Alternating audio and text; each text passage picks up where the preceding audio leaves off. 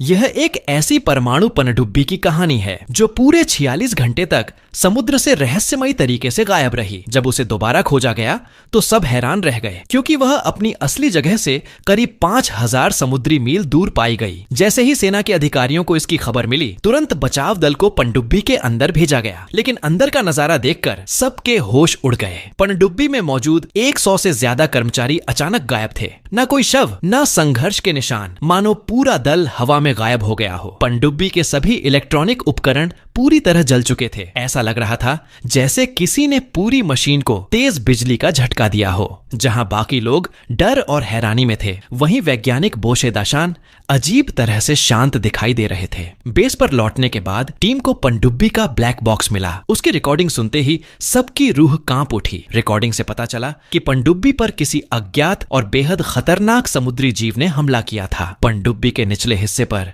विशाल दांतों और पंजों के निशान साफ दिखाई दे रहे थे। उधर समुद्री वैज्ञानिक डॉक्टर श्याओमेई अपने रोजमर्रा के समुद्री मिशन पर गहराई में उतर रही थीं। जब वह लगभग 5000 फीट गहराई तक पहुंची तो समुद्र के नीचे गर्म ज्वालामुखीय क्षेत्र दिखाई दिया, जहां अनोखा समुद्री जीवन पनप रहा था। वह अपने नोट्स बना ही रही थीं कि अचानक एक भयानक गर्जना सुनाई दी। जिज्ञासा में उन्होंने बाहर देखा और तभी एक विशाल चमकता हुआ जीव बिजली की गति से उनके पास से गुजर गया। डरी हुई श्याओमेई ने तुरंत कंट्रोल रूम से पूछा कि क्या रडार पर कोई जीव दिखाई दे रहा है, लेकिन जवाब मिला, रडार पूरी तरह खाली है। खुद को संभालते हुए उन्होंने और नीचे उतरना जारी रखा। करीब 8500 फीट की गहराई पर उन्हें एक मृत ज्वालामुखी का गड्ढा दिखा जो इतना गहरा था कि उसका अंत दिखाई ही नहीं दे रहा था। जिज्ञासा के कारण उन्होंने अंदर जाने का फैसला किया, लेकिन तभी भयावह घटना शुरू हो गई। अचानक पनडुब्बी की गहराई तेजी से बदलने लगी, मानो कोई विशाल ताकत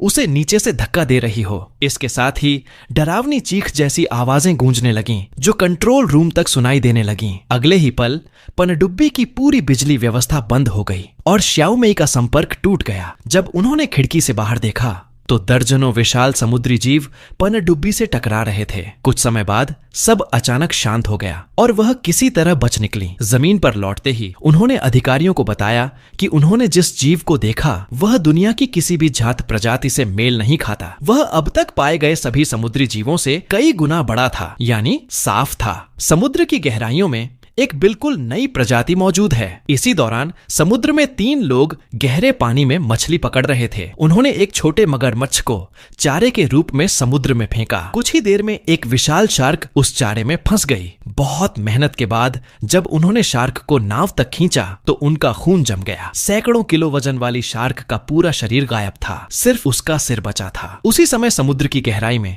2 लड़कों को अजीब से अंडे मिले। जिज्ञासा में एक लड़का उन अंडों को घर ले आया और अपने मछली घर में रख दिया। उसे बिल्कुल अंदाजा नहीं था कि इन अंडों से जन्म लेने वाला जीव कितना खतरनाक होगा। अगली सुबह मछली घर की सारी मछलियां गायब थीं। तभी अचानक कांच का टैंक जोरदार धमाके से टूट गया। घर की लाइटें झिलमिलाने लगीं और टीवी का सिग्नल भी बंद हो गया। सीढ़ियों पर एक 4 पैरों वाला अजीब जीव तेजी से रेंग रहा था। लड़का उसके पीछे भागा और उसके निशानों का पीछा करते हुए अपनी बहन के कमरे तक पहुंच गया। बहन को बाहर भेजकर उसने दरवाजा बंद किया और बाथरूम में उस जीव को ढूंढ निकाला। वह कोई मछली नहीं थी, बल्कि किसी प्राचीन समुद्री दानव जैसी दिख रही थी। घबराकर उसने उस छोटे समुद्री जीव को कपड़े में लपेट लिया। नीचे जाकर उसने अपने दोस्त को बुलाया और दोनों ने मिलकर उस जीव को एक डिब्बे में बंद कर स्टोर रूम में छिपा दिया। स्पष्ट था वे उस समुद्री दानव को पालना चाहते थे। उधर श्याओमेई जैसे ही अपने कार्यस्थल पहुंची, सरकार द्वारा भेजे गए वैज्ञानिक दाशान उन्हें पूछताछ के लिए ले गए। उन्होंने गंभीर आवाज में पूछा, समुद्री जीव को देखने के बाद क्या तुम्हारे शरीर में कोई बदलाव महसूस हुआ? श्याओमेई ने मना किया। यह सुनते ही दाशान का रवैया बदल गया। उन्होंने कहा कि जो कुछ उसने देखा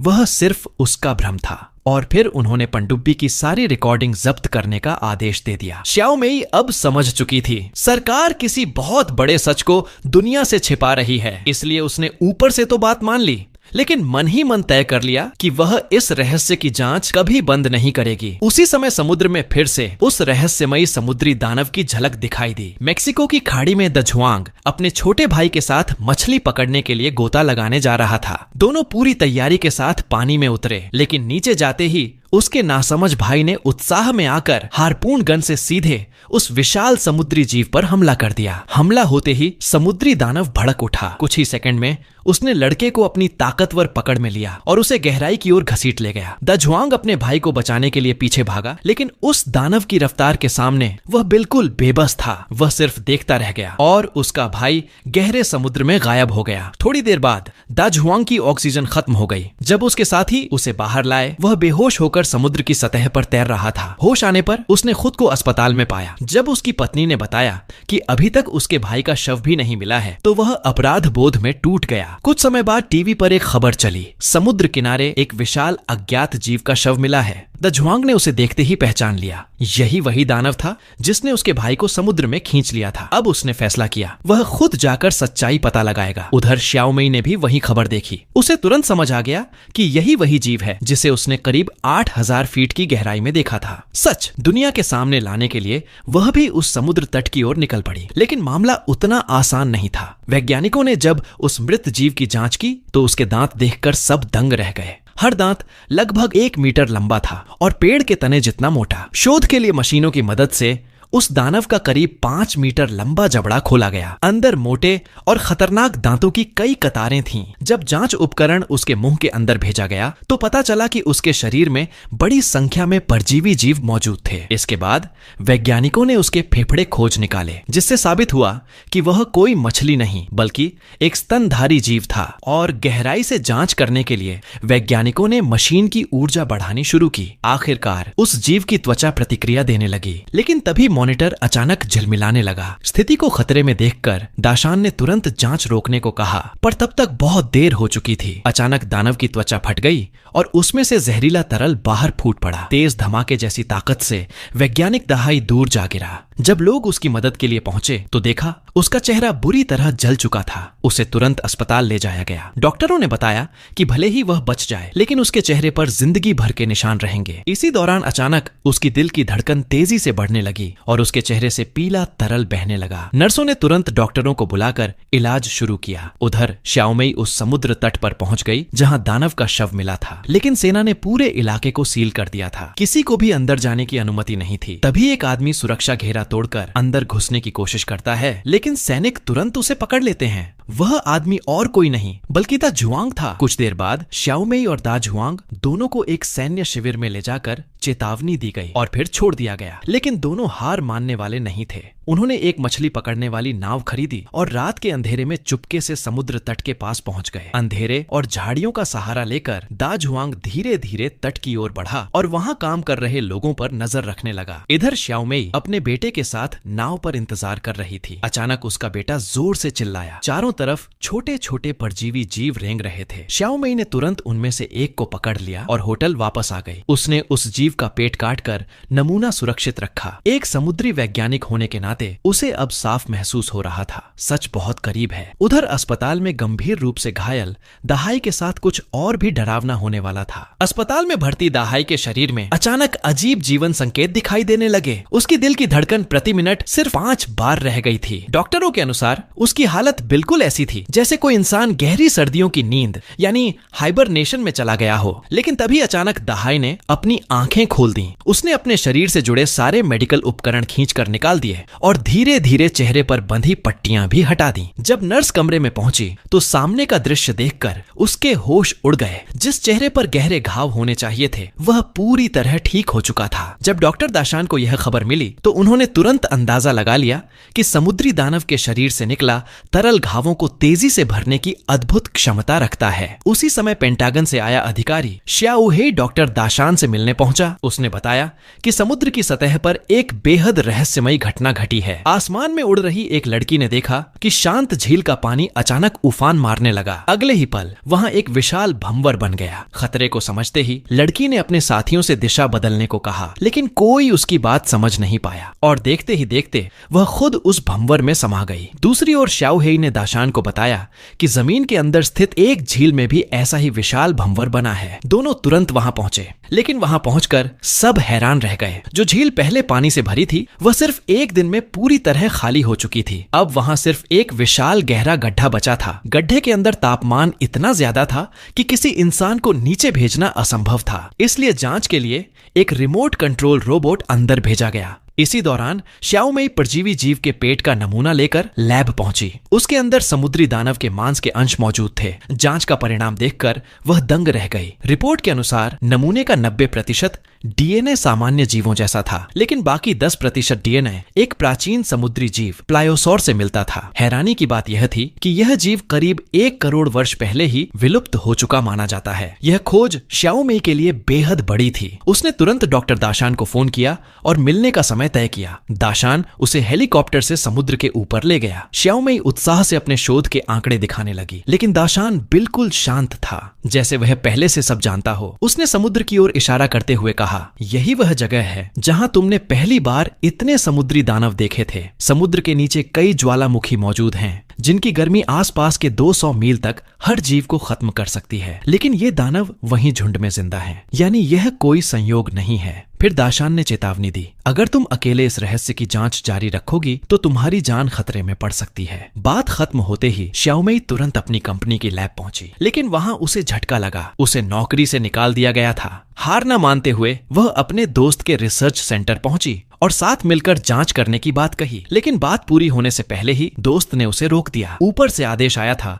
कि श्याओमेई की रिसर्च फर्जी घोषित कर दी गई है। अब कोई भी वैज्ञानिक उसके साथ काम नहीं कर सकता। बेबस श्याओमेई अकेली वहां से चली गई। असल में उसे रोकने वाला कोई वैज्ञानिक नहीं, बल्कि पेंटागन का अधिकारी श्याओफेई था। वह किसी भी कीमत पर समुद्री दानवों का सच दुनिया के सामने नहीं आने देना चाहता था। कुछ समय बाद गड्ढे में भेजे गए रोबोट की रिकॉर्डिंग वापस आई। वीडियो में दिखा कि अंदर हर तरफ लावा भरा हुआ था। करीब 43 किलोमीटर की गहराई पर रोबोट पिघल गया, लेकिन नष्ट होने से पहले उसने एक चौंकाने वाला दृश्य रिकॉर्ड किया। समुद्री दानव लावे के अंदर पूरी तरह जीवित और सक्रिय थे, मानो लावा ही उनका असली घर हो। यह देखकर दाशान सोच में पड़ गया, क्या ये जीव किसी प्रयोग से बने नहीं, बल्कि हमेशा से समुद्र की गहराई में लावे के बीच छिपकर रह रहे थे। इसी दौरान उसने अपना हाथ आग में करीब 1 मिनट तक रखा, फिर भी उसे कोई दर्द या जलन नहीं हुई, क्योंकि उसके हाथ पर गहरे समुद्र में रहने वाले जीव का विशेष तरल लगा था। यह वही पदार्थ था जो समुद्री ज्वालामुखियों के लावे में रहने वाले दानवों से मिलता है। वैज्ञानिक शोध से पता चला कि यह तरल कोशिकाओं के स्तर पर खराब और बीमार कोशिकाओं को भी दोबारा ठीक कर सकता है। समुद्री दानव के शरीर से निकला यह खास तरल इतना शक्तिशाली था कि गंभीर रूप से घायल इंसान भी बहुत कम समय में पूरी तरह ठीक हो सकता था। यह खोज पूरी दुनिया के लिए एक नए मेडिकल युग की शुरुआत बन सकती थी। डॉक्टर दाशान ने तुरंत अपनी रिसर्च रिपोर्ट अधिकारी श्याओहेई को सौंप दी। उन्होंने बताया कि इन समुद्री दानवों का विशाल आकार और उनके शरीर से निकलने वाला तरल मानव जाति के लिए बड़ा खतरा बन सकता है। लेकिन श्याओहेई ने शांत स्वर में कहा, खतरा तो पहले ही शुरू हो चुका है। नई रिपोर्ट के अनुसार उत्तरी प्रशांत महासागर में समुद्र के तापमान में असामान्य बदलाव देखा गया है। पूरे समुद्र का तापमान लगातार बढ़ रहा था, जिसकी वजह से बड़ी संख्या में स्क्विड मछलियां मरने लगी थीं। दाशान ने एक चौंकाने वाला अनुमान लगाया, ये समुद्री दानव समुद्र के नीचे ज्वालामुखियों में रहते हैं, तो संभव है कि समुद्र के अंदर मौजूद ये ज्वालामुखी इन्हीं दानवों ने खोदे हों। और यही कारण है कि समुद्र का तापमान तेजी से बढ़ रहा है। जल्द ही यह अनुमान सच साबित हो गया। समुद्र किनारे एक गाइड पर्यटकों को पानी के फव्वारे के बारे में बता रहा था। तभी अचानक फव्वारे के नीचे से अजीब आवाज आने लगी। अगले ही पल फव्वारे से पानी नहीं बल्कि गर्म लावा बाहर फूट पड़ा। लगातार हो रही इन घटनाओं को देखकर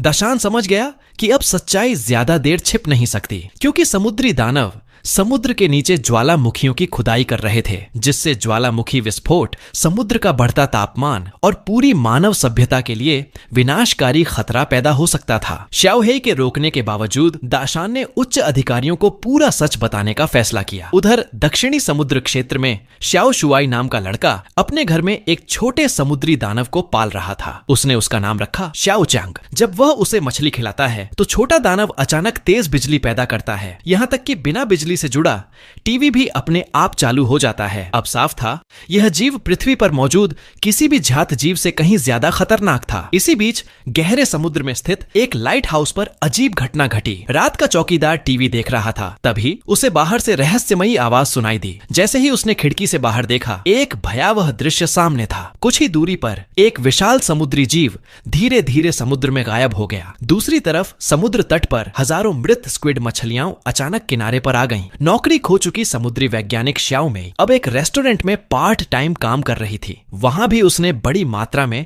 ताजी मरी हुई स्क्विड देखी। उसे तुरंत समझ आ गया समुद्र के अंदर कुछ बहुत बड़ा हो रहा है। वह तुरंत अपने मछुआरे दोस्त श्याओलियांग के पास गई। काफी मनाने के बाद श्याओलियांग उसे नाव से जांच के लिए ले जाने को तैयार हो गया। कुछ ही देर बाद उन्होंने समुद्र में एक चौंकाने वाला दृश्य देखा। दो विशाल वयस्क मछलियां रहस्यमय तरीके से मरी हुई तैर रही थीं। उनके पूरे शरीर पर भयानक काटने के निशान थे। इसका मतलब साफ था, समुद्री दानव पास ही मौजूद था। दोनों उसका पीछा करने लगे, लेकिन अचानक दानव ने दिशा बदली और सीधा उनकी नाव की ओर बढ़ने लगा। नाव के पास समुद्र की सतह पर हरा प्रकाश चमकने लगा। अगले ही पल एक शक्तिशाली विद्युत चुंबकीय तरंग उठी और नाव के सभी इलेक्ट्रॉनिक उपकरण बंद हो गए। स्थिति शांत होने के बाद श्याओलियांग नुकसान जांचने के लिए पानी में उतरा। नाव अभी भी चल सकती थी, बस प्रोपेलर को ठीक करना जरूरी था। लेकिन उसके बड़े हाथों की वजह से वह यह काम नहीं कर पाया। इसलिए मजबूरी में श्याओ मेई को खुद समुद्र में उतरना पड़ा। जब वह मरम्मत कर रही थी तब उसने देखा समुद्री दानव अभी भी वहीं था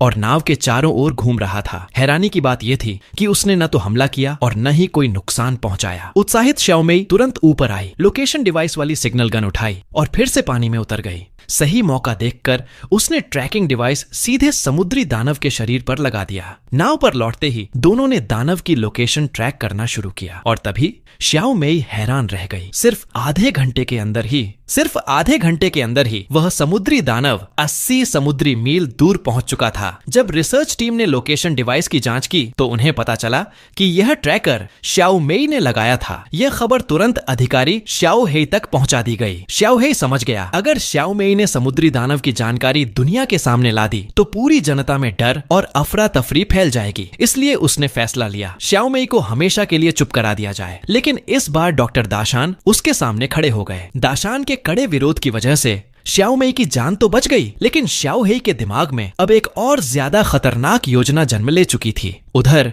श्याओ मेई की मुलाकात दानव को ट्रैक कर रहे दाजुआंग से हुई। जब दोनों उसकी मूवमेंट देख रहे थे तो श्याओ मेई अचानक चौंक गई। समुद्री दानव धीरे धीरे जमीन की ओर बढ़ रहा था। उसे समझ आ गया कि यह दुनिया का पहला मौका हो सकता है जब दानव कैमरे में कैद होगा। दोनों तुरंत उस लोकेशन की तरफ निकल पड़े, लेकिन यह खबर सिर्फ उनके पास ही नहीं थी। समुद्र किनारे एक विशाल रहस्यमयी जीव दिखाई दिया। देखते ही देखते सैकड़ों पर्यटक वहां इकट्ठा हो गए। लोग हैरानी से बातें करते हुए उसकी तस्वीरें लेने लगे। यह देखकर श्याओ मेई बेहद खुश थी। उसे लगा अब सेना सच नहीं छिपा पाएगी। कुछ देर बाद समुद्री सुरक्षा बल मौके पर पहुंचे, लेकिन उस विशाल जीव पर हमला करने की उनकी हिम्मत नहीं हुई। उन्होंने सिर्फ सायरन बजाकर उसे वापस समुद्र में जाने की चेतावनी दी। कुछ ही पलों में समुद्र फिर शांत हो गया। किनारे खड़े लोग सुरक्षा टीम के लिए तालियां बजाने लगे। सबको लगा खतरा टल गया है। तभी अचानक एक तेज और दर्दनाक आवाज गूंजी। समुद्र की सतह पर हरा प्रकाश फैल गया। अगले ही सेकंड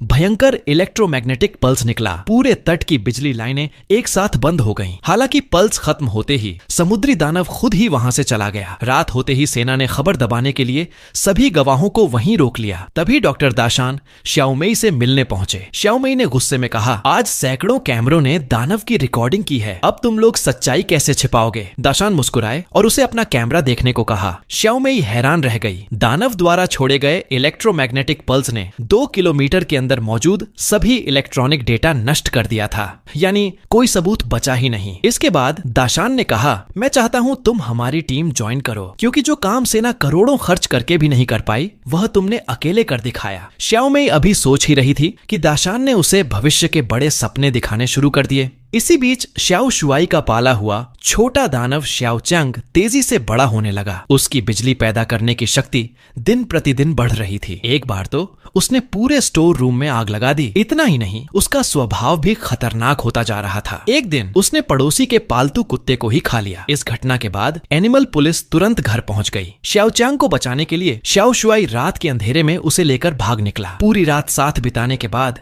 उसने भारी दिल से श्याओ चंग को वापस समुद्र में छोड़ दिया। लेकिन दोनों के बीच बना रिश्ता इतना गहरा था कि यह कहानी यहीं खत्म होने वाली नहीं थी। उधर डॉक्टर दाशान एक कृत्रिम समुद्री पौधे पर रिसर्च कर रहे थे। उन्होंने पाया कि यह जीव सिर्फ रोशनी और गर्मी से जिंदा रह सकता है, लेकिन जब उन्होंने उसका जेनेटिक कोड देखा तो वह सन्न रह गए। ऐसा परफेक्ट जीन पैटर्न उन्होंने पहले कभी किसी जीव में नहीं देखा था। तभी उन्हें सच्चाई समझ आई, समुद्री दानव प्राकृतिक नहीं बल्कि इंसानों द्वारा बनाए गए थे। उन्होंने तुरंत यह रिपोर्ट श्याओ हेई को भेज दी। रिपोर्ट देखते ही श्याओ हेई ने एक फोन किया और दाशान से कहा, तैयार हो जाइए, आपको सीधे पेंटागन भेजा जा रहा है। लेकिन फोन रखते ही एक तेज रफ्तार कार ने दाशान को टक्कर मार दी और वहीं उनकी मौत हो गई। कुछ देर बाद उनके असिस्टेंट दहाई को कुछ गड़बड़ महसूस हुई। उसने तुरंत सारी रिसर्च फाइलें कॉपी की, समुद्री पौधे के सैंपल उठाए और वहां से भाग निकला। लेकिन भागते समय दाहाई की पीठ बुरी तरह घायल हो चुकी थी, लेकिन किस्मत से वह किसी तरह वहां से भाग निकलने में सफल रहा। दूसरी तरफ श्याओ मेई और दाजुआंग टीवी पर समुद्री दानव की खबर देख रहे थे। लेकिन हैरानी की बात यह थी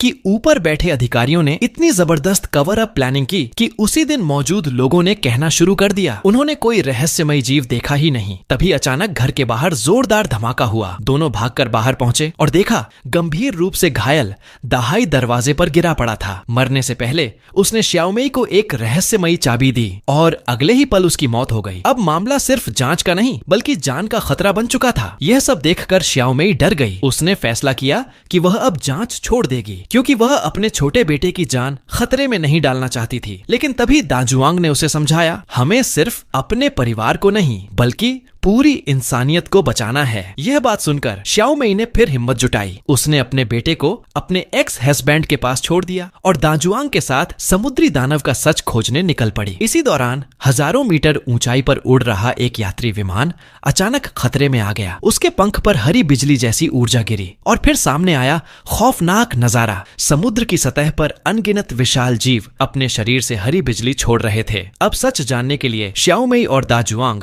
डॉक्टर दाशान की छोड़ी हुई फाइलों तक पहुंचे। लेकिन जैसे ही वे घर लौटे उन्होंने देखा कोई पहले से ही उन्हें पकड़ने के लिए तलाशी ले रहा था। स्थिति समझते ही दोनों फाइलें लेकर भाग निकले। पीछे मुड़कर देखा तो पता चला उनका पीछा कर रहा था पेंटागन एजेंट श्याओ हेई। उससे बचने के लिए श्याओमेई ने अपने मछुआरे दोस्त श्याओलियांग की मदद ली। श्याओलियांग ने अपने सी प्लेन की मदद से दोनों को समुद्र के रास्ते फरार कर दिया। फाइलों से एक चौंकाने वाला सच सामने आया। सेना को 4 साल पहले ही समुद्री दानवों के अस्तित्व का पता था, लेकिन सच्चाई छिपाने की वजह से दाजुआंग के भाई जैसे कई आम लोग इन दानवों का शिकार बन चुके थे। उधर जांच एजेंसी डॉक्टर दाशान की मौत की पड़ताल कर रही थी, लेकिन श्याओ हेई ने उसे सिर्फ एक दुर्घटना बताकर मामला दबा दिया। उसे बिल्कुल अंदाजा नहीं था कि उसका यह घमंड पूरी मानवता पर भारी पड़ने वाला है। इसी बीच श्याओमेई को एक और बड़ा सुराग मिला। हर साल नवंबर के मध्य में सभी समुद्री दानव एक ही जगह इकट्ठा होते हैं, मानो किसी विशाल निर्माण कार्य में लगे हों। और अभी नवंबर की शुरुआत ही थी, यानी उनके पास सच देखने का आखिरी मौका था। लेकिन समस्या यह थी, वे अब सेना द्वारा वांटेड थे। कोई भी उन्हें डाइविंग उपकरण देने वाला नहीं था। इसलिए उन्होंने फैसला किया अपनी खुद की पनडुब्बी बनाने का। तीनों ने एक पुराने बॉयलर को चुना। श्याओमेई ने जांच के बाद कहा, इसका प्रेशर समुद्र की गहराई झेल सकता है।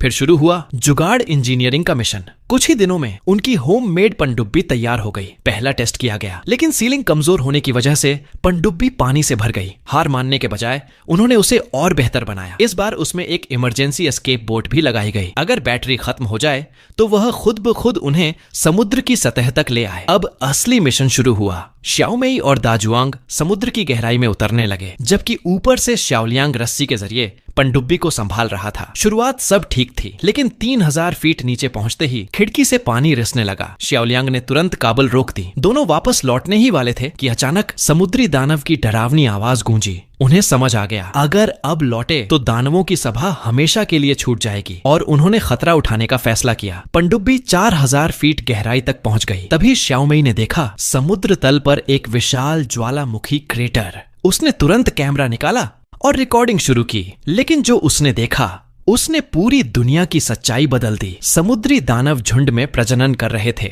और उसी समय ऊपर मौजूद श्याओलियांग की नाव के इंस्ट्रूमेंट पैनल ने अचानक खतरनाक संकेत देना शुरू कर दिया। अचानक ऊपर समुद्र में जोरदार धमाका हुआ। श्याओलियांग तुरंत बाहर भागा यह देखने के लिए कि क्या हुआ है, लेकिन अगले ही पल वह डर के मारे वहीं जम गया। कुछ देर बाद नीचे मौजूद पनडुब्बी अचानक तेजी से गहराई में गिरने लगी। श्याओमेई ने वॉकी टॉकी से बार बार श्याओलियांग को बुलाया, लेकिन कोई जवाब नहीं मिला। पनडुब्बी जाकर समुद्र के नीचे ज्वालामुखी की दीवार से टकराई और वहीं रुक गई। लेकिन टक्कर इतनी भयानक थी कि पनडुब्बी का पूरा इलेक्ट्रिक सिस्टम खराब हो गया। जब दोनों ने खिड़की से बाहर देखा तो उनके होश उड़ गए। ऊपर से जुड़ी मोटी केबल टूट चुकी थी और अब नीचे गिर रही थी। यह देखकर श्याओमेई रो पड़ी, क्योंकि वह जानती थी इतनी लंबी केबल का वजन कई टन होता है और वही वजन उन्हें सीधे समुद्री दानवों के घोंसले में खींच ले जाएगा। अगले ही पल पनडुब्बी सच में गिरने लगी। 5000 फीट गहरे समुद्र में एक टूटी हुई पनडुब्बी तेजी से नीचे जा रही थी। जो लोग दानवों को देखने आए थे अब खुद उनके अड्डे में फंस चुके थे। हालात और खराब हो गए। पनडुब्बी में पानी घुसने लगा, एयर सर्कुलेशन सिस्टम बंद हो गया और अंदर बची ऑक्सीजन सिर्फ 1 घंटे की रह गई। दाजुआंग ने हार मान ली। उसे लगा अब बचना नामुमकिन है। लेकिन तभी श्याओमेई के दिमाग में एक बात आई। उसने मजाक में कहा, मेरे इतने महंगे कॉस्मेटिक्स अभी बचे हैं, मैं ऐसे नहीं मर सकती। फिर उसने दाजुआंग को झकझोरते हुए कहा, अगर जिंदा बाहर निकल गए तो जिंदगी बदल जाएगी। ये सुनकर दाजुआंग में फिर हिम्मत आ गई। दोनों ने मिलकर टूटे हुए सर्किट सिस्टम को ठीक करना शुरू किया। कुछ देर बाद बिजली सिस्टम फिर चालू हो गया। श्याओमेई ने तुरंत इमरजेंसी लाइफ बोट का स्विच दबाया, लेकिन कुछ भी नहीं हुआ। तभी उन्हें समझ आया, लाइफ बोट पनडुब्बी के नीचे दब चुकी थी। अब उम्मीद लगभग खत्म थी। फिर भी हार न मानते हुए श्याओमेई ने रेडियो से ऊपर संपर्क करने की कोशिश की। कई मिनट गुजर गए, कोई जवाब नहीं। अब अंदर की हवा सिर्फ आधे घंटे की बची थी। तभी अचानक रेडियो में आवाज सुनाई दी। श्याओमेई तुरंत मदद मांगने लगी, लेकिन सामने वाला उनकी भाषा समझ ही नहीं पाया और संपर्क टूट गया। उधर सेना को भी यह SOS सिग्नल मिल चुका था। सिग्नल सीधे श्याओहेई तक पहुंचाया गया। आवाज सुनते ही उसे समझ आ गया, यह श्याओमेई है। उसके साथियों ने पूछा, क्या बचाव के लिए पनडुब्बी भेजें? लेकिन श्याओहेई ने आदेश दिया, मदद की रिकॉर्डिंग तुरंत नष्ट कर दो, क्योंकि अगर श्याओमेई मर गई तो समुद्री दानवों का राज हमेशा के लिए दफन हो जाएगा। इधर समुद्र के नीचे ऑक्सीजन की कमी से दाजुआंग को भ्रम होने लगा। उसे लगा कोई इंसान समुद्र तल पर चल रहा है। उसे अपने भाई का चेहरा दिखा। जैसे ही उसने सर्चलाइट जलाई, सामने इंसान नहीं बल्कि झुंड के झुंड समुद्री दानव तैर रहे थे। अचानक एक विशाल दानव सीधे पनडुब्बी की ओर बढ़ा। दाजुआंग लाइट बंद करने जा रहा था, लेकिन श्याओमेई ने उसे रोक दिया। दोनों ने मिलकर पनडुब्बी की दीवार पीटना शुरू किया ताकि दानव का ध्यान खींच सकें। दानव ने जोरदार टक्कर मारी और उसी झटके से पनडुब्बी हिल गई। मौका मिलते ही दाजुआंग ने इमरजेंसी कैप्सूल खोल दिया और आखिरकार दोनों समुद्र की सतह पर पहुंच गए। लेकिन ऊपर आकर नई मुसीबत इंतजार कर रही थी। चारों तरफ तूफान था, न श्याओलियांग न उसकी नाव। वे पूरी तरह समुद्र के बीच अकेले थे और तभी पता चला लाइफ बोट में भी एक बड़ा छेद हो चुका है। अब असली मौत उनका इंतजार कर रही थी। तूफानी प्रशांत महासागर में 2 इंसान एक टूटती नाव पर फंसे थे। तभी अचानक उनके ऊपर से एक विमान गुजरा। दाजुआंग ने तुरंत सिग्नल गन चलाई, लेकिन विमान ने उन्हें देखा ही नहीं। उल्टा सिग्नल की आग से नाव में और बड़ा छेद हो गया। घबराकर दाजुआंग बैग से रिपेयर पैच निकालने लगा, लेकिन घबराहट में वह पैच भी समुद्र में गिर गया। अब उफनती लहरों के बीच उनकी आखिरी उम्मीद भी डूब चुकी थी। समुद्र के बीच फंसे दाजुआंग के पास अब कोई रास्ता नहीं बचा था। आखिरकार उसे मजबूर होकर समुद्र में छलांग लगानी पड़ी ताकि वह नाव को बचाने वाला पैच ढूंढ सके। काफी कोशिशों के बाद जब पैच लगभग समुद्र में डूबने ही वाला था, तभी दाजुआंग ने उसे पकड़ लिया और किसी तरह वापस लाइफ बोट तक लौट आया। पूरी रात दोनों बिना सोए संघर्ष करते रहे, लेकिन सुबह होते होते उनकी पीने का पानी भी लगभग खत्म होने लगा। मुसीबत यहीं खत्म नहीं हुई। अचानक श्याओमेई ने देखा कि करीब 20 फीट लंबी एक विशाल शार्क उनकी लाइफ बोट के चारों ओर चक्कर लगा रही है। समुद्र विज्ञान की डॉक्टर होने के कारण श्याओमेई तुरंत समझ गई कि शार्क बहुत जल्द हमला कर सकती है। यह सुनते ही दाजुआंग ने जल्दी से सिग्नल गन निकाली और फ्लेयर चलाकर शार्क को भगाने की कोशिश करने लगा, लेकिन श्याओमेई ने तुरंत उसे रोक दिया, क्योंकि गलत समय पर ऐसा करना और खतरनाक हो सकता था। रात गहराने के बाद काफी देर तक डराने की कोशिश के बाद आखिरकार शार्क वहां से चली गई। तभी श्याओमेई की नजर समुद्र में तैरती किसी चीज पर पड़ी। वह तेजी से पानी में हाथ चलाने लगी और समुद्र से ढेर सारी समुद्री घास निकाल लाई। उसने बताया कि यह खाने योग्य समुद्री घास है। भूख और ठंड से जूझ रहे दोनों ने उसी से अपना पेट भरा और फिर एक दूसरे को पकड़कर शरीर की गर्मी से खुद को बचाने लगे। अब उनकी आखिरी उम्मीद था श्याओलियांग, जो कहीं लापता था और शायद नाव लेकर वापस आकर उन्हें बचा सकता था। लेकिन कई समुद्री मील दूर समुद्री गश्ती दल को श्याओलियांग की नाव मिल चुकी थी। नाव पर हर जगह खून के निशान और बड़ी मात्रा में अंडों के खोल मिले। इससे साफ था कि श्याओ लियांग शायद अब जीवित नहीं रहा। उसी समय द जुआंग और श्याओ मेई ने दूर समुद्र में हरे रंग की चमकती बिजली जैसी रोशनी देखी। उन्हें लगा कि वे खतरे से काफी दूर हैं, लेकिन अचानक एक विशाल समुद्री राक्षस ने हमला किया और उनकी नाव को पलटकर दूर फेंक दिया। किसी तरह अपना बैग ढूंढकर जब वे वापस लाइफ बोट तक पहुंचे तो देखा कि नाव की हवा लगभग निकल चुकी थी। सबसे डरावनी बात यह थी कि समुद्री राक्षस अभी भी उनके आसपास घूम रहा था। तभी द जुआंग की नजर समुद्र में फैले राक्षस के ढेर सारे अंडों पर पड़ी। श्याओ मेई ने अंदाजा लगाया कि राक्षस अपने अंडों की रक्षा कर रहा है। दोनों तुरंत अंडों के बीच जाकर खड़े हो गए और सच में राक्षस ने हमला करना बंद कर दिया। कुछ देर बाद श्याओ मेई ने देखा कि अंडे तोड़ने पर उनमें से हरे रंग का चमकदार तरल निकल रहा है। तुरंत दोनों ने कई अंडे तोड़ दिए ताकि समुद्र की सतह पर तेज हरी रोशनी फैल जाए और कोई गुजरता विमान उन्हें देख सके। जल्द ही एक हेलीकॉप्टर ने समुद्र में चमकती हरी रोशनी देख ली। हेलीकॉप्टर को देखते ही द जुआंग ने सिग्नल फ्लेयर दागा, जिससे पायलट समझ गया कि नीचे लोग मदद का इंतजार कर रहे हैं। पायलट तुरंत उनकी ओर बढ़ा, लेकिन तभी समुद्री राक्षस ने हेलीकॉप्टर पर हमला कर दिया। किस्मत से पायलट ने समय रहते हेलीकॉप्टर बचा लिया। जब हेलीकॉप्टर दूर जाता दिखाई दिया तो दोनों पूरी तरह निराश हो गए, लेकिन थोड़ी ही देर बाद हेलीकॉप्टर वापस लौट आया। आखिरकार द जुआंग और श्याओ मेई को बचा लिया गया। रेस्क्यू टीम ने सबसे पहले उन्हें ऑक्सीजन मास्क पहनाया और उनके हाथों में मौजूद सामान सुरक्षित रखने की बात कही, लेकिन दोनों ने अपने बैग को कसकर पकड़े रखा क्योंकि उसमें मौजूद जानकारी उन्होंने अपनी जान जोखिम में डालकर हासिल की थी। अब सच दुनिया के सामने आने वाला था, लेकिन क्या कहानी सच में यहीं खत्म होने वाली थी? गहरे समुद्र में दो मछुआरों के जाल में एक अजीब जीव फंस गया। उसका रूप बिल्कुल डायनासोर के बच्चे जैसा था। मछुआरों ने सोचा कि इसे बेचकर अच्छा पैसा मिल सकता है, इसीलिए उन्होंने उसे जिंदा रख लिया। आधी रात होते ही वह छोटा समुद्री राक्षस जोर जोर से आवाजें निकालने लगा। नींद में शादी का सपना देख रहे दाढ़ी वाले आदमी की नींद खुल गई और वह गुस्से से भर उठा। उसने गुस्से में उस छोटे राक्षस को उठाकर ठंडे स्टोरेज रूम में फेंक दिया। अगले दिन कप्तान ने देखा कि कोल्ड स्टोरेज की ठंडी हवा बाहर निकल रही है। जांच करने पर पता चला कि पूरा सिस्टम खराब हो चुका है और मछलियों से भरा गोदाम सड़ गया है। तभी दाढ़ी वाले आदमी की नजर उस छोटे समुद्री राक्षस पर पड़ी और उसे समझ आ गया कि असली गुनहगार वही है। गुस्से में वह उसे मारने ही वाला था कि अचानक छोटे राक्षस ने हमला कर दिया। कुछ देर की जद्दोजहद के बाद आदमी ने उसे पकड़ तो लिया, लेकिन तभी राक्षस ने बिजली जैसा झटका छोड़ा और उसे बेहोश कर दिया। मौका मिलते ही वह थैले से निकलकर वापस समुद्र में कूद गया। उसी समय समुद्र किनारे भी राक्षस की मौजूदगी दिखाई देने लगी। एक आदमी का हथौड़ा पानी में गिर गया। जैसे ही वह उसे निकालने के लिए पानी में हाथ डालता है, अचानक किसी चीज ने उसका हाथ काट लिया। जब उसने हाथ बाहर निकाला तो उसकी छोटी उंगली गायब थी। किनारे खड़े लोग उसकी चीख सुनकर तुरंत उसकी ओर दौड़ पड़े। जब किनारे पहुंचे तो देखा कि आदमी पहले ही मृत हो चुका था। कुछ देर बाद पुलिस मौके पर आई और साथ में मछली घर के समुद्री विशेषज्ञ द चुइंग को बुलाया। द चुइंग ने मृतक के शरीर पर चोटों का निरीक्षण किया। उन्हें वहां बिजली के झटकों के निशान भी दिखाई दिए। इससे उन्होंने अंदाजा लगाया कि यह किसी विद्युत जीव के कारण हुआ है। तभी एक पुलिस वाले ने चिल्लाकर कहा कि उसने किसी अजीब जीव के पैरों के निशान देखे हैं। द चुइंग पैरों के निशान लेकर मछली घर वापस गया और उनका अध्ययन करने लगा। तभी मछली घर में पार्ट टाइम काम कर रहा श्याओ शुआई अंदर आया। जब उसने पैरों के निशान देखे तो तुरंत पहचान गया कि यह वही निशान है जो उसने पहले अपने छोटे समुद्री राक्षस शियाओ चियांग पर देखे थे। शियाओ शुआई तुरंत अपने दोस्त जुआन माओ को ढूंढा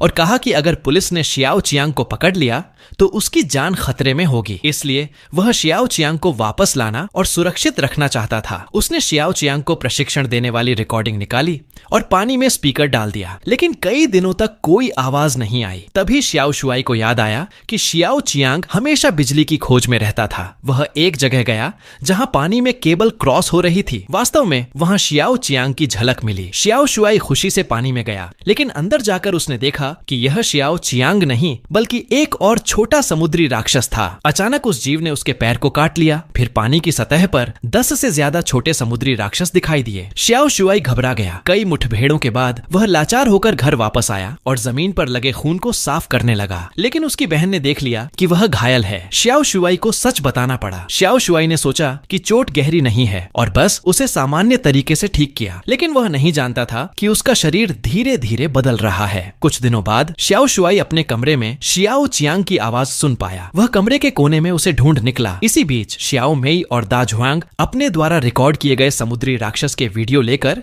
एक पत्रकार दोस्त के पास गए। जब पत्रकार ने वीडियो देखा तो उसने तुरंत अपने वरिष्ठों के साथ श्याओ मेई को मिलने का प्रबंध किया और समुद्री राक्षस पर विशेष रिपोर्ट प्रकाशित करने की योजना बनाई। लेकिन पेंटागन का छोटा ब्लैक यह खबर सुनते ही मीडिया पर दबाव डालने लगा। श्याओ मेई द्वारा रिकॉर्ड की गई जानकारी को विशेषज्ञों ने कंप्यूटर एनिमेशन बताया। साथ ही टीवी पर श्याओ मेई पर पेपर चोरी का आरोप भी लगा दिया गया। इस तरह लोगों की नजर में श्याओ मेई एक धोखेबाज बन गई। जब श्याओ मेई और दा झुआंग भ्रमित थे तभी एक रहस्यमय फोन आया। फोन करने वाले ने कहा कि वह समुद्री राक्षस की सारी जानकारी जानता है और उन्हें सेना के अपराध उजागर करने में मदद करेगा। इसी समय सामने वाला लड़का 48 डिग्री बुखार के साथ परेशान था। इतना तेज बुखार सामान्य मानव क्षमता से बाहर था। अचानक लड़का बेहोश हो गया। डॉक्टरों ने उसे तुरंत आपातकालीन कक्ष में ले जाया। बढ़ते तापमान के कारण उसे बर्फ में रखा गया ताकि बुखार कम हो सके। जांच के बाद डॉक्टरों ने बताया कि लड़के के जीवन चिन्ह अजीब हैं। हालांकि उसके पैरों पर काटने के निशान थे, लेकिन वे बुखार का कारण नहीं थे। मात्र यही पता चला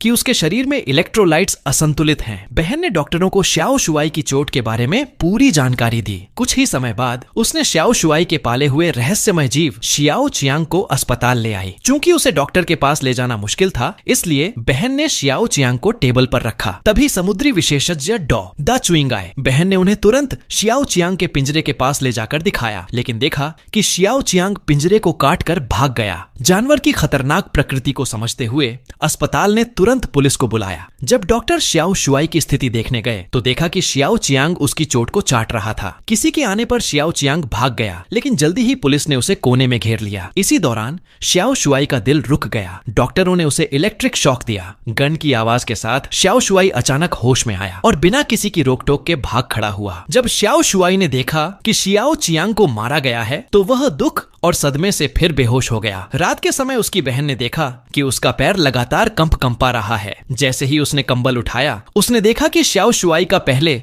बुरी तरह काटा गया पैर पूरी तरह ठीक हो चुका है। अगली सुबह जब शियाओ शुआई सड़क पर चला तो उसके पास के स्ट्रीट लाइट्स चमकने लगीं। तभी उसे एहसास हुआ कि उसके शरीर में कुछ बदल रहा है। इसी बीच श्याओ मेई ने रहस्यमय व्यक्ति के साथ तय किए गए स्थान पर पहुंचकर उनसे मुलाकात की। रहस्यमय व्यक्ति ने श्याओ मेई को अकेले हवाई जहाज में बैठाया और आंखें बंद कर दी। कुछ देर बाद वह उसे एक प्रयोगशाला ले गया। यहाँ रहस्यमय व्यक्ति ने श्याओ मेई को समुद्री राक्षस की उत्पत्ति के बारे में बताया। उसका नाम हुआ जिए था, जो दुनिया के सबसे बड़े जीव विज्ञान और जीन विशेषज्ञों में से एक था। 20 साल पहले एक रहस्यमय संस्था ने हुआ जिए से संपर्क किया और कहा कि वह उनके लिए काम करे। सिर्फ यह कि वह किसी से संपर्क न करे, संस्था उसकी सभी मांगे पूरी करेगी। हुआ जिए ने शुरुआत में सोचा था कि वह दुनिया के लिए उपयोगी काम करेगा, लेकिन संस्था ने जो ऑफर दिया वह बहुत बड़ा था। इसके अलावा इस संस्था ने दुनिया भर के 2000 से अधिक वैज्ञानिकों को शामिल किया था और हर कोई सिर्फ अपने क्षेत्र में काम करता था। श्याओ मेई ने जिस समुद्री राक्षस को देखा वह हुआ जिए द्वारा बनाया गया था। हुआ जिए ने महसूस किया कि उसका शोध अब मानवता के लिए खतरा बन चुका है। जब उसने श्याओ मेई का वीडियो इंटरनेट पर देखा, फिर हुआ जिए ने श्याओ मेई को बहुत महत्वपूर्ण जानकारी दी, लेकिन श्याओ मेई चक्कर खा गई और बेहोश हो गई। जब वह होश में आई तो पता चला कि उसे पहले ही प्रयोगशाला से बाहर भेज दिया गया था। इसके बाद श्याओ मेई और दा झुआंग ने हुआ जिए की दी हुई जानकारी के आधार पर जांच शुरू की। उनका पता दुनिया की सबसे बड़ी फार्मास्यूटिकल कंपनी तक गया, लेकिन जो उन्होंने अगला देखा उसने उनकी सोच पूरी तरह बदल दी। समुद्र में एक ऐसा विशालकाय जीव था जो मछली पकड़ने वाली नौकाओं तक निगल सकता था, लेकिन उसका बच्चा किसी कोने में फंसा हुआ था। पुलिस की गोली चलने के साथ समुद्री राक्षस शियाओ चियांग ने जोर से ठोकर मारी। कुछ ही समय बाद शियाओ शुआई उसके शरीर के सामने खड़ा था। जैसे ही वह दुखी था, एक चमत्कारी घटना हुई। जिसे गोली लगी थी और जो मृत लग रहा था, चियाओ चियांग अचानक जिंदा हो गया। फिर वह एक छलांग लगाकर मेज के नीचे छुप गया। शियाओ शुआई जल्दी से एक मछली लेकर शियाओ चियांग के सामने रख दिया, लेकिन शियाओ चियांग ने बस मछली खींच ली और बाहर आने का इरादा नहीं दिखाया। समुद्री विशेषज्ञ दा चुइंग ने देखा और शियाओ शुआई से कहा कि वह शियाओ चियांग को प्रयोग के लिए इस्तेमाल करना चाहता है, लेकिन वह उसे चोट नहीं पहुंचाएगा। अनुभवहीन शियाओ शुआई जल्दी ही राजी हो गया। उसने शियाओ चियांग को अपनी नजरों से बाहर बुलाया। जब शियाओ चियांग ने देखा कि शियाओ शुआई की आंखें उसी तरह की हैं जैसी उसकी हैं, तो उसने उस पर से सावधानी हटा दी। अगले कई दिनों तक दा चुइंग और अन्य विशेषज्ञ शियाओ चियांग पर प्रयोग करते रहे, लेकिन शियाओ चियांग को यह पसंद नहीं आया और यहाँ तक कि उसके पसंदीदा खाने की चीजें भी उसे लुभा नहीं पाईं। श्याओ शुआई ने इसका ध्यान रखा और डॉक्टर से कहा कि शियाओ चियांग पर अब प्रयोग बंद किया जाए, लेकिन द चुइंग ने गुस्से में उसे प्रयोगशाला से बाहर निकाल दिया। श्याओ शुआई फिर भी शियाओ चियांग के लिए चिंतित था और वापस गया। वह देखा कि द चुइंग शियाओ चियांग की स्वयं उपचार क्षमता का अध्ययन करने के लिए उसे जीवित काटने की योजना बना रहा था। श्याओ शुआई ने तुरंत उसे रोकने की कोशिश की, लेकिन द चुइंग ने उसे चेतावनी दी कि अब वह मछली घर में न आए और शियाओ चियांग को जबरन कब्जे में ले लिया गया। इसी समय श्याओ मेई और दा जुआंग समुद्री राक्षस की जांच करते हुए एक फार्मास्यूटिकल कंपनी पहुंचे। उन्होंने खुद को पत्रकार बताकर इंटरव्यू की कोशिश की, लेकिन जल्द ही पहचान लिया गया और उन्हें बाहर कर दिया गया। तभी हुआ जे ने श्याओ मेई को फिर से कॉल किया और एक महत्वपूर्ण सुराग दिया, लेकिन कॉल खत्म होते ही पीछे से छोटा ब्लैक आ गया। लगता था कि हुआ जिये को गंभीर खतरा है। श्याओ मेई और दा जुआंग ने हुआ जिये के सुराग के अनुसार एक पुरानी वीडियो टेप ढूंढी। जब उन्होंने टेप चलाया तो दोनों दंग रह गए, क्योंकि टेप में वही चेहरा दिखा जो हमेशा उनका पीछा करता रहा, छोटा ब्लैक। लेकिन यह वीडियो टेप 1977 का था। इसका मतलब है कि अब छोटा ब्लैक 100 साल से अधिक का होना चाहिए था। तो वह अब भी इतना जवान कैसे दिख रहा था? इसी बीच श्याओ शुआई और उसकी प्रेमिका शियाओ हुआ समुद्र किनारे घूमने गए। अचानक उन्हें किसी की मदद मांगने की आवाज सुनाई दी। वे दौड़कर देखने गए और पाया कि एक तैरता हुआ स्कूल छात्र अचानक गायब हो गया। श्याओ शुआई ने देखा कि दूर समुद्र की सतह पर हरी बिजली जैसी चमक दिखाई दे रही थी। उसे समझ आ गया कि वह छात्र समुद्री राक्षस द्वारा खींचा गया है। रात भर की खोज के बाद लोग घास के बीच छात्र का कटा हुआ हाथ ढूंढ निकले। पुलिस ने मामले पर प्रेस कॉन्फ्रेंस की, लेकिन जनता पुलिस की लापरवाही से नाराज थी। यहाँ तक कि पीड़ित के पिता ने समुद्र में पाए गए समुद्री राक्षस के अंडे पुलिस के सामने फेंक दिए और कहा कि समुद्र में ऐसे अंडे पूरे इलाके में फैले हुए हैं। यदि इन जीवों को तुरंत न रोका गया तो लोग सुरक्षित नहीं रह पाएंगे। जनता के दबाव में पुलिस ने कार्रवाई शुरू की। जब उन्हें पता चला कि मछली घर में एक छोटा समुद्री राक्षस है, तो उन्होंने श्याओ शुआई से कहा कि वह शियाओ चियांग पर ट्रैकर लगाकर समुद्र में छोड़ दे, ताकि यह अपने साथियों को बुला सके और फिर सबको खत्म किया जा सके। श्याओ शुआई को यह करना मुश्किल लगा, लेकिन उसने हाल ही में मारे गए छात्र और शहरवासियों की सुरक्षा को याद करते हुए दुखी होकर शियाओ चियांग पर ट्रैकर लगा दिया। कुछ समय बाद पुलिस ने ट्रैकर के जरिए पता लगाया कि शियाओ चियांग कई छोटे समुद्री राक्षसों को समुद्र की तरफ ले जा रहा है। पुलिस और शहरवासी पूरी तरह से हथियार बंद होकर समुद्री राक्षसों के स्थान पर पहुंच गए। वे सोच रहे थे कि एक ही बार में सभी को खत्म कर देंगे। समुद्र किनारे लोग तनाव में खड़े थे, हाथ में बंदूकें लिए। समुद्र से लगातार समुद्री राक्षसों की चीखें सुनाई दे रही थीं। एक आदमी ने गोली लगी समुद्री राक्षस को उठाकर अपने साथियों को दिखाया, लेकिन अचानक वह समुद्री राक्षस उसके गले पर हमला कर देता है। समस्त लोगों की गोलीबारी के बावजूद छोटे समुद्री राक्षस डरने की बजाय उन्हें पीछे धकेलने लगे। एक आदमी अपनी कार में भागकर छिपने की कोशिश करता है, लेकिन समुद्री राक्षस कार की शीशियां तोड़ देता है। आदमी हमला करने लगता है, लेकिन उसे समुद्री राक्षस ने बांह में काट लिया। इस खतरे के बीच श्याओ शुआई सामने आता है। जिस छोटे समुद्री राक्षस पर वह बड़ा हुआ था,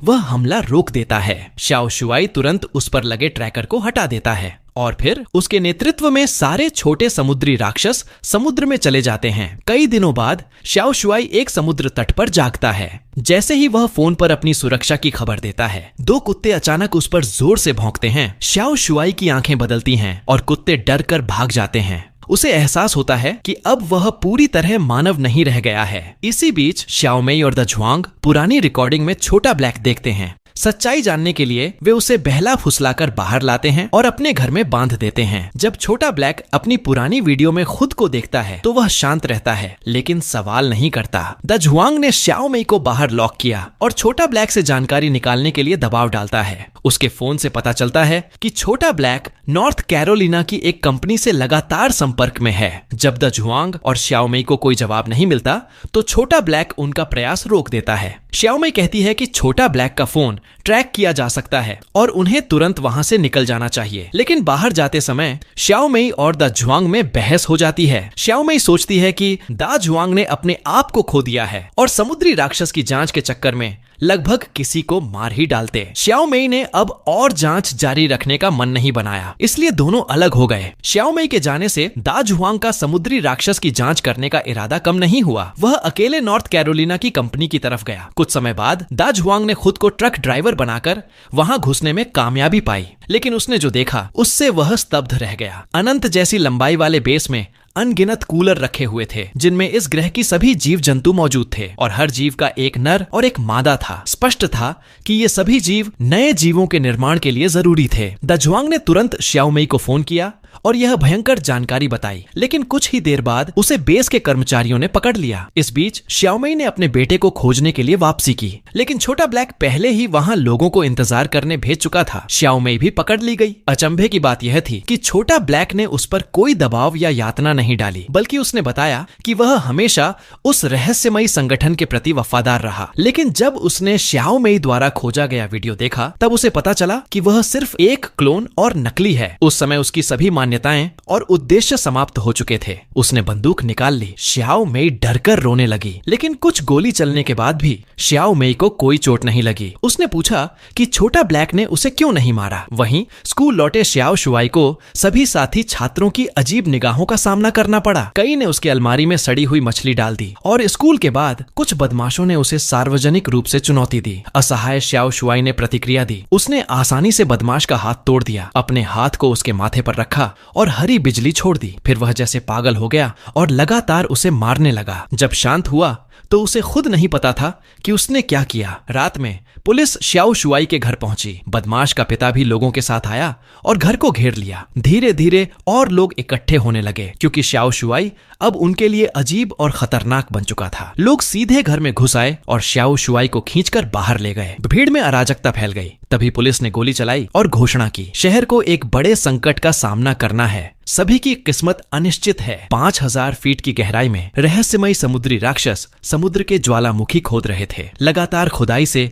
गहरे समुद्र में भूकंप आया और भयानक सुनामी उठी। टीवी पर पत्रकार रिपोर्ट कर रहे थे कि कई शहर पानी में डूब चुके हैं और हताहतों की संख्या बढ़ रही है। अगली ही घड़ी श्याओमेई के शहर पर भी सुनामी आने वाली थी। हाईवे पर ट्रैफिक पूरी तरह जाम था, लेकिन श्याओमेई ने सड़क पर रुकने के बजाय विपरीत दिशा में कार दौड़ाई, क्योंकि वह जानती थी कि दाजुआंग बेस में उसकी मदद का इंतजार कर रहा है। शीघ्र ही श्याओमेई बेस पहुंच गई। कर्मचारी पहले ही चले गए थे। बेस बहुत बड़ा था, इसलिए उसने पहले सुरक्षा कैमरे रूम में जाकर दाजुआंग को ढूंढने की कोशिश की, लेकिन उसने जो देखा उससे उसे और भी झटका लगा। लगी ट्रेनें लगातार कई कूलर ले जा रही थीं और गंतव्य था धरती की सबसे गहरी तह। श्याओमेई को अंततः समझ आ गया कि समुद्री राक्षस मानव निर्मित थे और वे हमेशा समुद्र की गहराई में छिपे हुए थे। कुछ देर बाद श्याओमेई ने बायोलॉजिकल लॉक को तोड़कर दाजुआंग को बाहर निकाला। दोनों तुरंत बेस से भागे। सड़क पर कोई नहीं था। यदि वे समय पर न भागते तो उन्हें सुनामी निगल जाती। अपनी समझदारी और साहस के बल पर दोनों ने एक चलती कार रोक दी, लेकिन कार में केवल 2 14 साल के बच्चे थे। ऊपर से श्याओमेई ने देखा कि कार में एक छोटा समुद्री राक्षस भी है। श्याओ शुआई ने बताया